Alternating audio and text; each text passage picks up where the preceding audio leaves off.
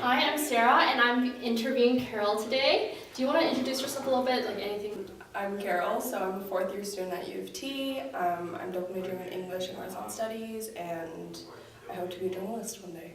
Ooh, nice. The first thing I want to ask you is, are you a feminist? Yep. Why? Well, I mean, I believe in the equality of men and women, and I feel like by default that makes you a feminist.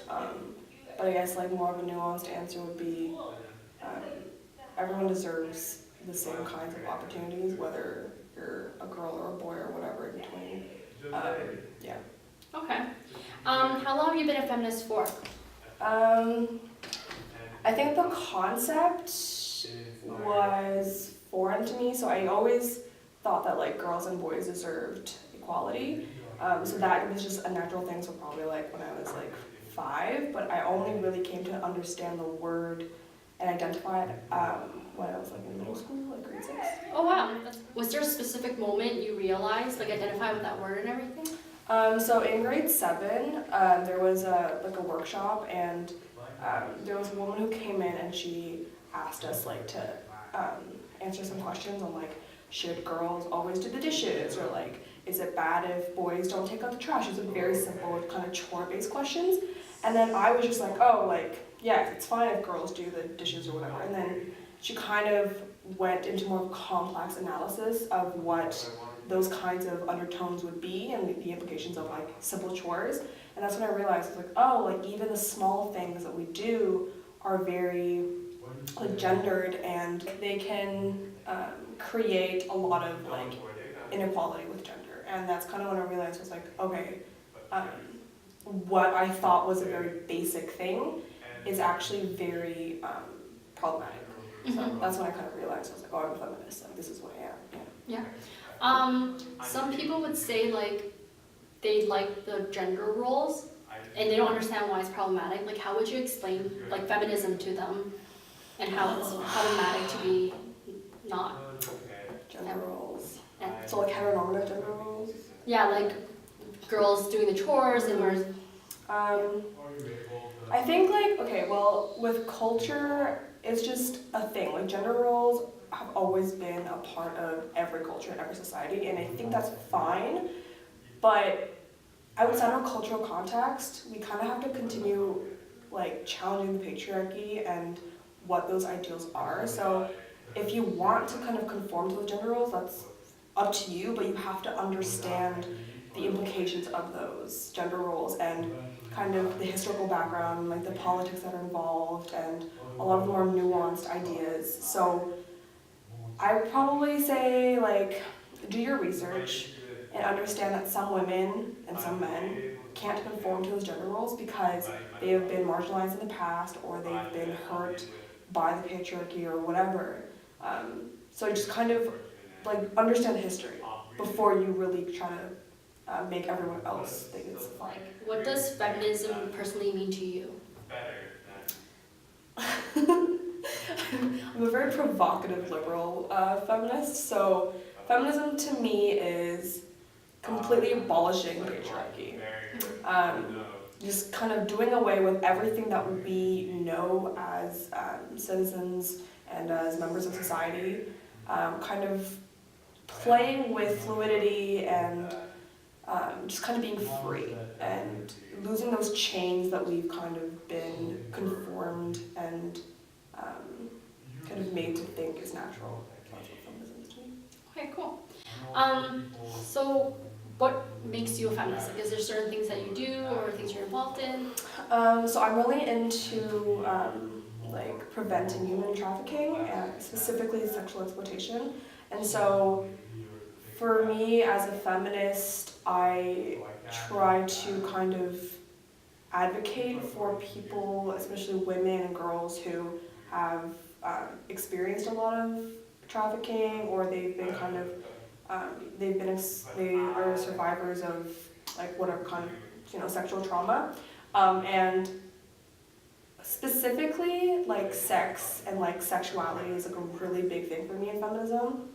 I think that women are often like portrayed in a very like kind of you have to be quiet and you can't be too loose and whatever, but I think we really need to liberate ourselves and understand our own sexuality and have everyone be like, okay, women can do whatever they want with their bodies. And so by advocating for sex, for like human trafficking survivors, I'm kind of creating, I guess, like a mentality of sex is fine, your body's fine, you are not defined by the traumas that your body has experienced. Oh, Yeah. it's awesome. When I think of myself as a feminist, like it's really hard because like I'm still learning to unwire my like way of thinking because I come from a very like conservative background. So sometimes being a feminist means, at least to me, kind of hiding that you're a feminist.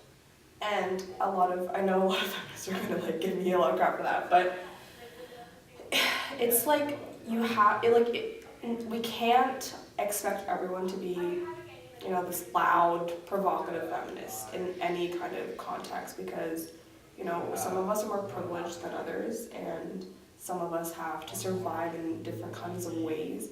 And if, you know, a surviving method for you is hiding the fact that you're a feminist, I think that's completely fine.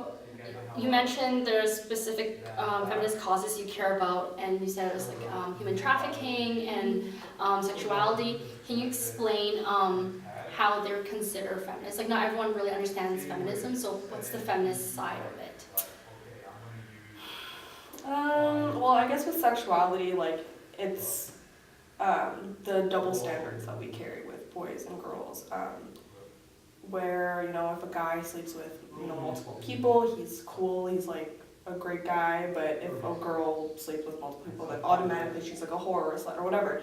So I guess in terms of a feminist context, it's about allowing ourselves to kind of recreate what being a good woman is or a good man is and what masculinity even means and what femininity means, and just kind of understand that like the body is just a body. There shouldn't really be any political undertones.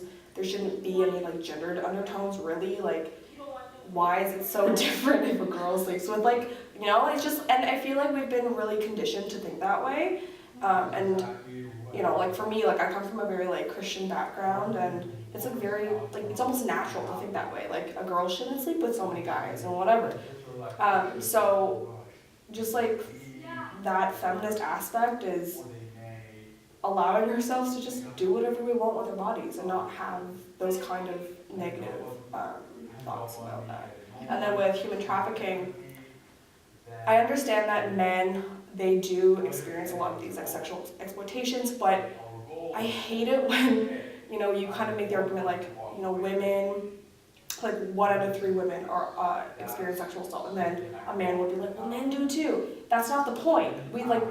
We understand that's happening, but by you arguing against what we're saying about the women's experiences, you're automatically making it about the man again. And like we've already been undermined by the society and the patriarchy. So it's like, why are you like, you know what I mean? It's very frustrating. So with human trafficking, the feminist context is that women, girls, anyone who identifies as a woman, they're being exploited by the patriarchy, and it's often men who are allowing these things to happen. So, you know, these girls, they get kidnapped or whatever, and they're completely just destroyed. They become broken, and then they don't understand that they're still agents of their own lives. And so we kind of have to like get them out of those awful situations and kind of rewire how they think of themselves.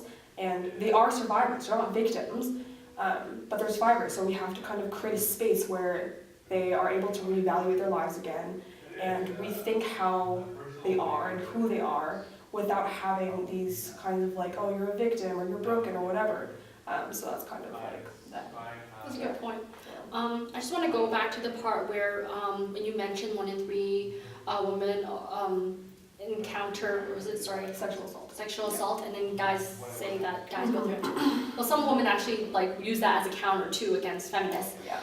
It's interesting. It's interesting because they don't realize that statistics show it's not proportionate to our population. So it is like if more women are targeted, that is a woman's issue. Yeah. And makes it an issue for everyone, really. Yeah. What do you want others to know about feminists, like the people who identify themselves as? We do not hate men. That's like the biggest thing. I feel like a lot of feminists get labeled as feminazis, and are just like man-hating women, and that's totally not it. Like that's just being a sexist. Like there's a huge difference. And so I guess like answer your question, like we love men.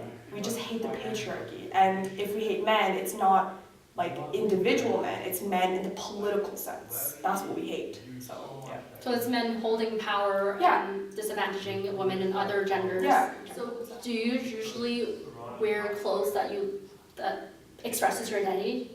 Like is that your choice of clothing? Yes. I mean, on the daily basis, I try to dress modestly, but you know, sometimes I have those days where it's like I really hate patriarchy, and I really hate, you know, like I just hate everything that's like so anti-women and just kind of trying to undermine the women's experiences, whatever. So then I will probably wear like very scandalous clothes. Or oftentimes I have a t-shirt that has a middle finger and then it says down with the patriarchy. And like that's when I'm in those kinds of moods, I take that out and I just wear it. But yeah, so if I'm trying to like be the feminist identity that I identify with, it's usually like very provocative, like anti-feminine, like, you know, like the ideal. It goes against those kind of ideals. Yeah. You just answered pretty much my next question. Would you be open to wearing a shirt that expresses your feminist identity? Absolutely. So today we're gonna co-design a t-shirt that represents your feminist identity. It's like the first thing you want to let people know about your feminist identity. Oh my gosh. Well, see, now I'm just only thinking about the middle finger. That's just such a great way to like, well, I feel like, boobs. Do you want to free both nipples or Janet Jackson? All the nipples. Okay. All the nipples. Gotcha. I love it. I'm just like small nipples or big nipples? Like big nipples. Okay, big nipples. Let's do that. I think we're done your shirt. Cool. Almost, but I think it's good. Maybe we should add the hair. It's so funny. It's like boobs with eyes. And here is a shirt designed by Carol and Sarah. Our feminist identity. I love it. Thank you so much. Thank you.